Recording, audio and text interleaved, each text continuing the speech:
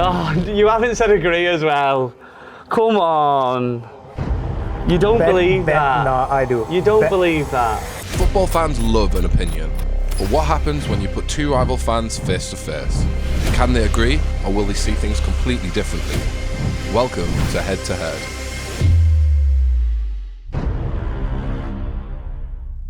Chelsea are a bigger club than Man City. I slightly disagree. Because personally, I feel like if you went around the world and asked loads of people who name 5 clubs in the Premier League, I feel like at least in the top 3 or 4 will be Manchester City. You've got Erling Haaland, who's arguably the biggest superstar in football at the moment. You've got Rodri, who is a Ballon d'Or winner. You've got Kevin De Bruyne, who's probably one of the greatest Premier League players ever, one of the best players ever in the world. I think you've just got more iconic moments and more iconic players, and even Pep Guardiola. And I know you've got Jose Mourinho, but personally, Pep Guardiola for me eclipses Jose Mourinho. Do you know what I mean? So I just think both teams have shed loads of trophies in the last 30 years. Obviously, Chelsea's period of dominance was like when Abramovich first came into 2015. Ours was 2010 to now. Everyone just thinks of us as Man City because we're a new club, but we're one of the most recognisable clubs in the world now. Because also your success is fair more recent. I mean, you could consider yourself as late bloomers. I mean, yes, you won your first league in a while in 2011, 2010, if I'm not wrong. 11, 12, yeah. We've been winning for a while. I mean, of course, we are considered late bloomers anyway, but globally, we've got more fans as well. I mean, if the top 5 thing that you just said were in that list as well, and I'm pretty sure after United, Liverpool and Arsenal, it's us. City, yes, there's a new age of fans that are coming in, but we are a much bigger club anyway. I mean, take away the fans' trophies as well. We won the entire set.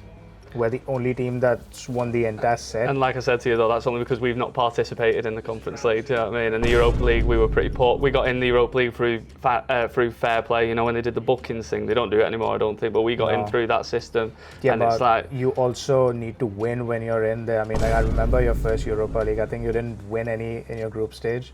If you want to go history, 70s, we had a quite dominant period.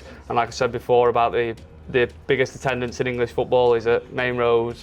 And again, filling out the stadium in First Division, Championship. If you look at when we got promoted in the Championship to the Premier League, we sold out Ewood Park. We sold out another team's ground. We don't do that anymore. Do you know what I mean? We do. It's a lazy narrative. We sell out stadiums against Noah, against teams, called handkerchief servettes, whatever. You've got a lot less.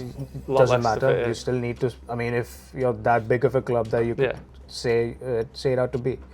Against Madrid in a Champions League semi-final, I expect a full house, but it's not the case. Is that the one where Vinicius Junior said it's the best atmosphere he's ever played in? I think he's lying. I mean, why would he lie? What does Vinicius Junior get out of saying? This is a man who comes from I mean, he literally plays in football's cathedral.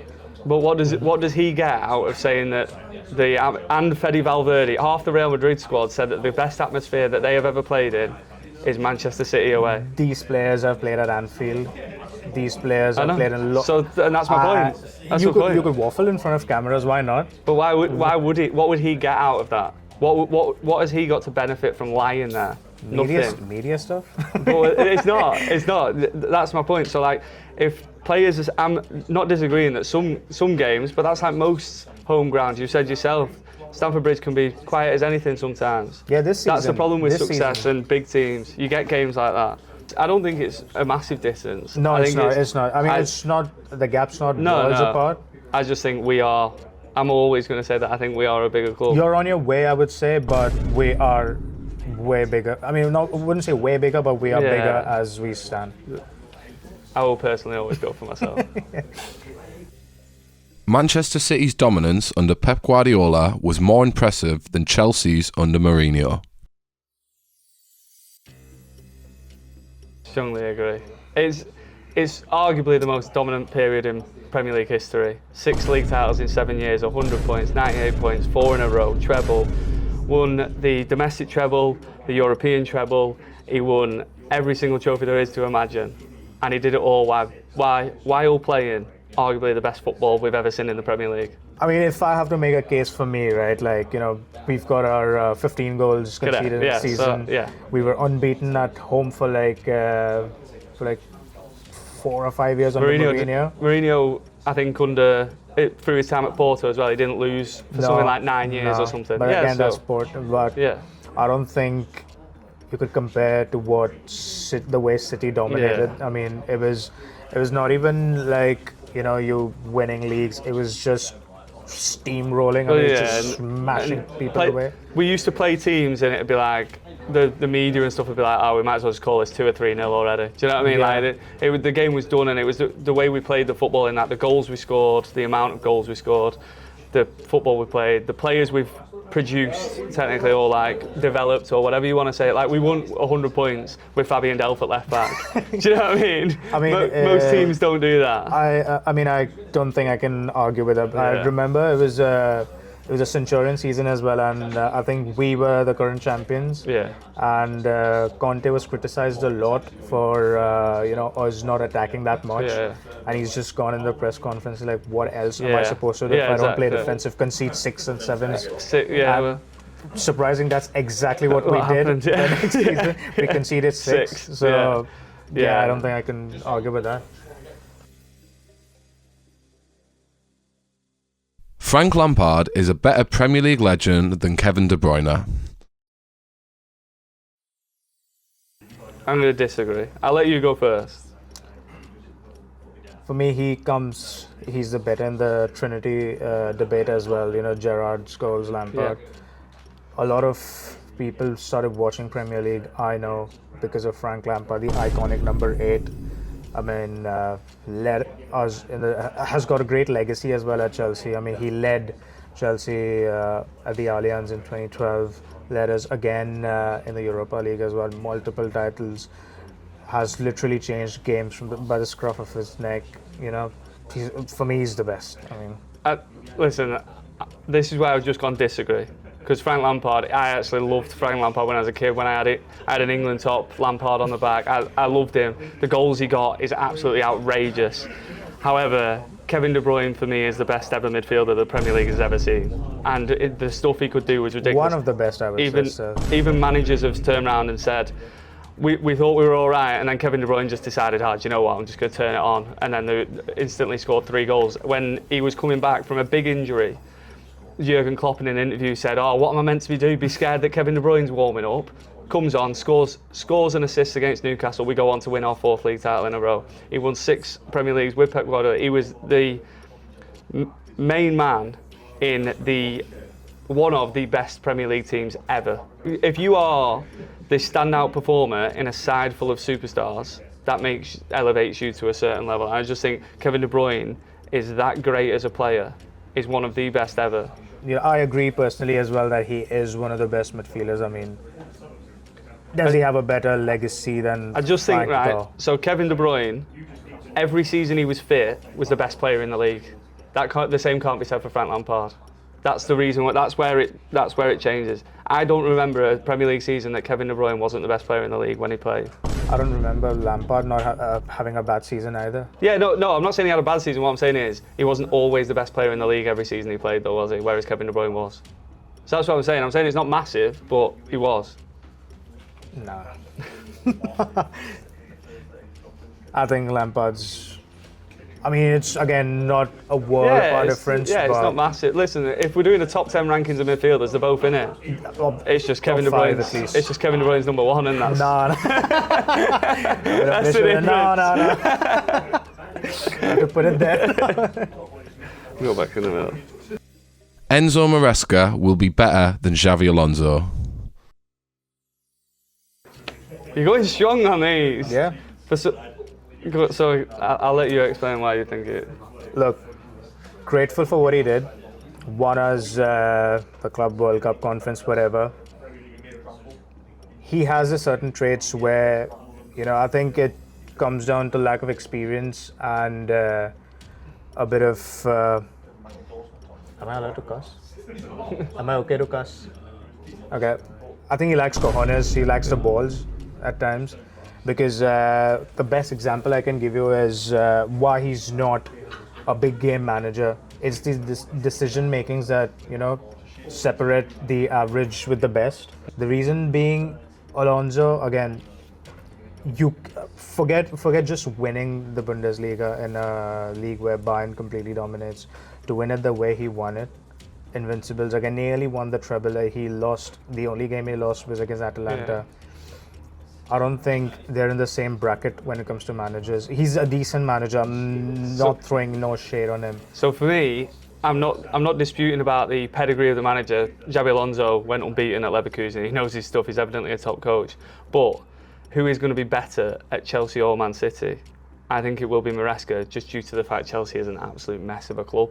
So I think dealing within them parameters, Maresca's got a steady ship, right, that he's steering, whereas Xabi Alonso has got a banana boat going across the seas. You know what I mean? He's not going to be doing it. The board and the players are buying into Alonso's ideas, whereas Maresca, I mean, when you step into a Man City, it is honestly like stepping into a United job. You know, you're always expected to either finish first, or else you're always under scrutiny. Yeah.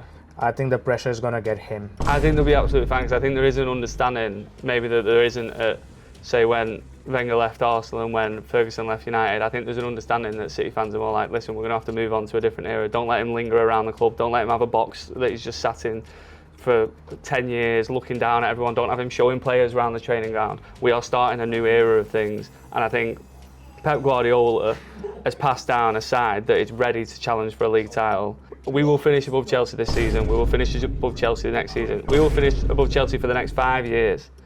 Even if Maresca and Xabi Alonso are both in charge. No, I don't because think so, no. Chelsea, fundamentally, like this season, if I said to you, what are 2 position groups you want to buy? Or if from an outside looking in, I'd go centre-half and goalkeeper. And don't tell me you've addressed it with Lacroix, because you haven't. Lacroix, and you've still got Sanchez in net. You ain't going to win anything with them. Without a top goalkeeper, I could give you that. I can give you that. So, I mean, the question of who will do better, it will be Maresca, because he's got Haaland, Doku, Cherki, Foden, Ruben Dias, Vardiol, Nico O'Reilly, Donnarumma. He's got a hub there to work with. Whereas But these players are also as good as a manager could be, right? I mean, if you're a manager who's not brave, if you're a manager who tends to overthink at times, and just throws away the games when Pep overthought sometimes as well. Yeah, but he's Pep. I mean, like just coming straight. I mean, just bringing back the Wenger thing that you said. When Wenger left Arsenal and when Arteta came in, I mean, no, it was Emery, and whenever they came in, the place where Arsenal were, they were not as high as Pep left City. You are always. I mean, he's gotten City to a level where you're all. I mean, we put you there first. You're always expected to win. You're always in contention for the Champions Leagues, for all the cups. Maresca, I think it's too big of a job. You'll have a good season first, but I think when the second season comes in, when it's his decisions to get in his players and put in his philosophy. These are again players who played under Pep, so they've got that gene in them. What it is like to be under Pep. Those team talks, all of that. Yeah. It'll be interesting. It'll be an easy season this season, I believe. You will have a decent run, might even win it. It's the next season where But if he wins the league and only does 2 seasons, but Xabi Alonso stays for 7 and wins nothing, then the person who will have done better will be Maresca. I agree, but it doesn't matter the amount of jobs. I don't think Xabi Alonso's not winning anything. I think he will have a Carabao Cup. No, along with the Premier League and probably a Champions League. If he's backed the way he gets backed, he's a good manager. High hopes. We'll see. Belief. I think they're facts. That's it. John Terry is a better captain and defender than Vincent Kompany.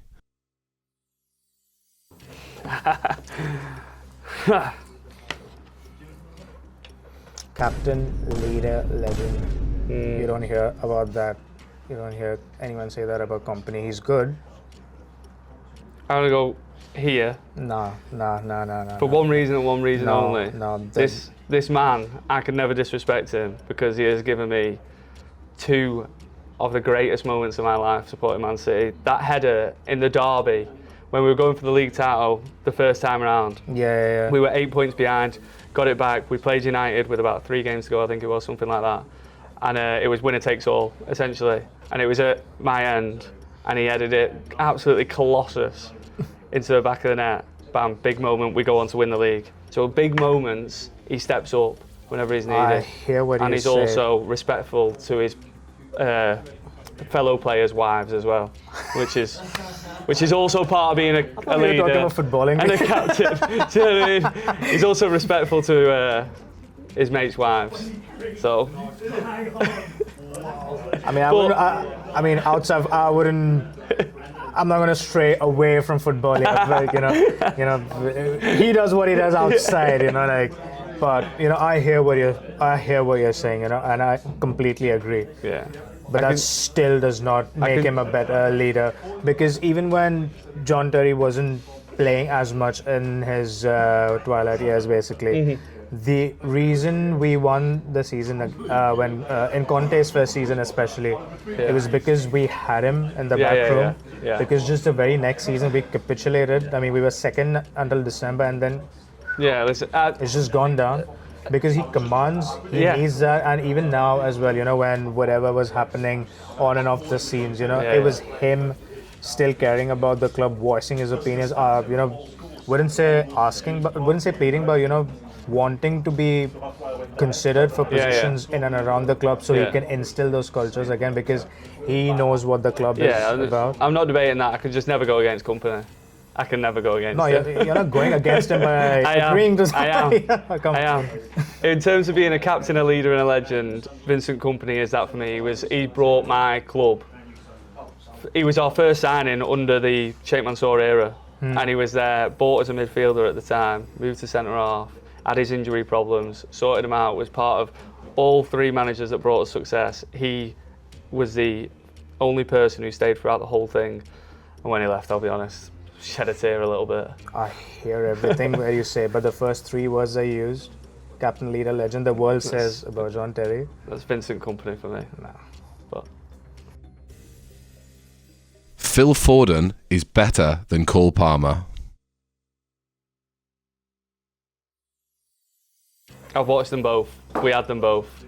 And I always said that at the time when we had them both, and we also had another fella called Oscar Bob, and it hasn't worked out that much, when I watched them and they came on, Oscar Bob and Cole Palmer were similar abilities. Now, Cole Palmer has obviously moved to Chelsea, gotten a little bit better. He had that great season where he scored 21 Premier League goals or something like that. Yeah. But again, at the time, I did say that 9 of them were penalties. Might not happen for the rest of it. Oh no, you do. But then for the following 2 seasons, I think he's not reached over 10 goals in the Premier League for both of them seasons.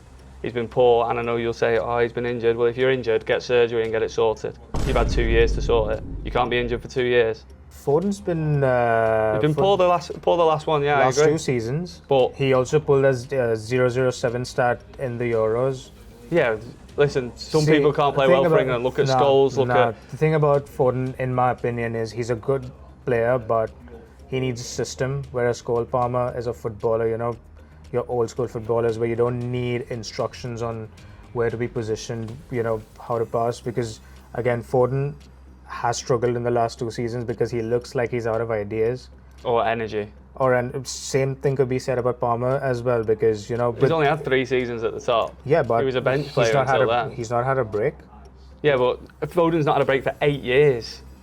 This was his first summer off in 8 years. But again, great player, but if we're comparing both these guys, just based on footballing terms, your IQ, your game-changing abilities, One won the league and one didn't, by being player of the year. Yeah, one world champion as well. By being player of the year, doing it for 38 games. Yeah, also scoring vital goals in the derby, scoring vital goals last day of the season, scoring vital goals at all points in the season, and winning the league title doing it. So has Palmer as well, When we were in one of the worst seasons again under Pochettino, he had his first season in the league was a monumental one. I mean, scoring 2 hat-tricks in 2 consecutive games. Yeah. Also, beating PSG all on his own, kind of. He is a better footballer when it comes to individual abilities, which I think Foden, again, he's got in the locker, but he needs instructions. He is a good system player. Put him outside the system and he struggles. I mean, he's played as a 10, he's played on the right, he's played on the left. False 9, which we also won Yeah, a league title while he did that as well. Yeah, for how long though? He played false 9 all season and we won the league while he did Which it. year was this? 2000 and the kit was like a barcodey one. It was Ruben Dias's first season, so The one where we won the 21, Champions League, was it? 22? Yeah, we won the Champions League that season. Was it that season? Yeah. Yeah. Yeah. But Foden won what I'm saying is, it was the only time the league has ever been won without a striker, and who was playing as that false 9? Phil Foden. I'm not saying I'm not saying he's a bad player. He's played but everywhere and been good in them positions. I am not saying he's a bad player, but when you compare, I mean, if just on footballing terms, Yeah. you know, like when you compare, how do I say this, like outside the system footballers, you know, You're like saying 'cause Grealish, he plays with the freedom, but exactly. But then you see a Grealish come to Manchester City and they don't make it. What I think Cole Palmer gets plaudits from is the fact that he is in a very poor side. It's very similar to Grealish when he was at Aston Villa. When you're in a poor side, it's easier to be a shining light. If you're in a top side and you are still the shining light, I mean, then if you're surely you are No. unbelievable. And also as well, why would City get rid of him for 45 million if he was that good? City have gotten rid of a lot of players as well. That doesn't mean. But why would they I mean, if he we was got that rid of good? De Bruyne. I could say the same thing as well. No, because at the time Cole Palmer was playing for us. De Bruyne wasn't playing. Cole Palmer at the time had scored in the Super Cup final, scored in the Community Shield final, and then we sold him. So if he scored in them 2 games and then a week later we sold him. If we thought that highly of him, we wouldn't get rid of him after he just scored 2 big goals in finals, would we? I mean, your idea of a player, you know, 3 seasons back, there's always room for improvement. There's always players that, can develop. Yeah, I don't disagree with that. I think he's developed more than Phil Foden, which is why he gets. I think overall as a footballer, he's gotten more attention as well in the last 2 or 3 years. Cole Palmer. Do you think Palmer was better than him last season? I think they both had an off season. Both had an but off Palmer season. was again a bit better because he played at least. He wasn't on the bench most times. And did a lot less, by the way, because if you actually, again, I don't like to go to numbers because I like looking at the game, but he did a lot less in terms of goals, assists, minutes per goals and assists. He did a hell of a lot less than Phil Foden, and Phil Foden played deeper as well. He played in midfield last season. I mean, and it was a poor season for him, and he was the highest contributing midfielder in the Premier League, English midfielder in the Premier League. I mean, he did well at least season. until Maresca was still there.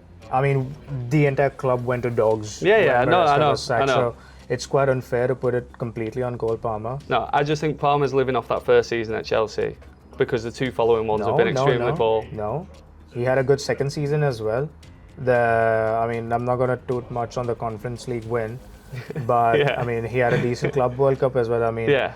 again, you could call it like a. But he's playing against worse opposition, that's why, isn't it? So if you're a top player playing against them players in the Conference League, he didn't play until the semi-finals. if you're a top player, you should look good in that system against them teams. He did. That's what I mean. But I'm not debating he's not a top player. What I'm saying is, in terms of, we're talking about, it's the big club thing. It's all that. Yeah. It's not massive. It's Frank Lampard. It's not massive, but Phil Foden is better. I think this season will show. I mean, both of them had an off season. So I think Foden's going to come back. I think Maresca will lean on him quite a lot, and I think he'll. It's the same with Alonso as well. I think this is where. Yeah, I think he will have a better He'll season. be the centre of attention. Yeah. And if Alonso hopefully starts him on the right instead of a 10, I think. We'll revisit at the end of the season. Yeah, then. we'll be back. João Pedro is a more complete footballer than Erling Haaland. How silly are we getting here? Oh, you haven't said agree as well. Come on. You don't believe that. No, I do. You don't believe that. I mean, if the question was about a striker, but even yes, you don't believe that. Haaland is someone, if he doesn't get service, if he doesn't get that cross or the like a killer pass or something, he's useless. He's not. His link-up play has massively improved this season. You saw it again. So, like, I'll use for example, we played Newcastle at home.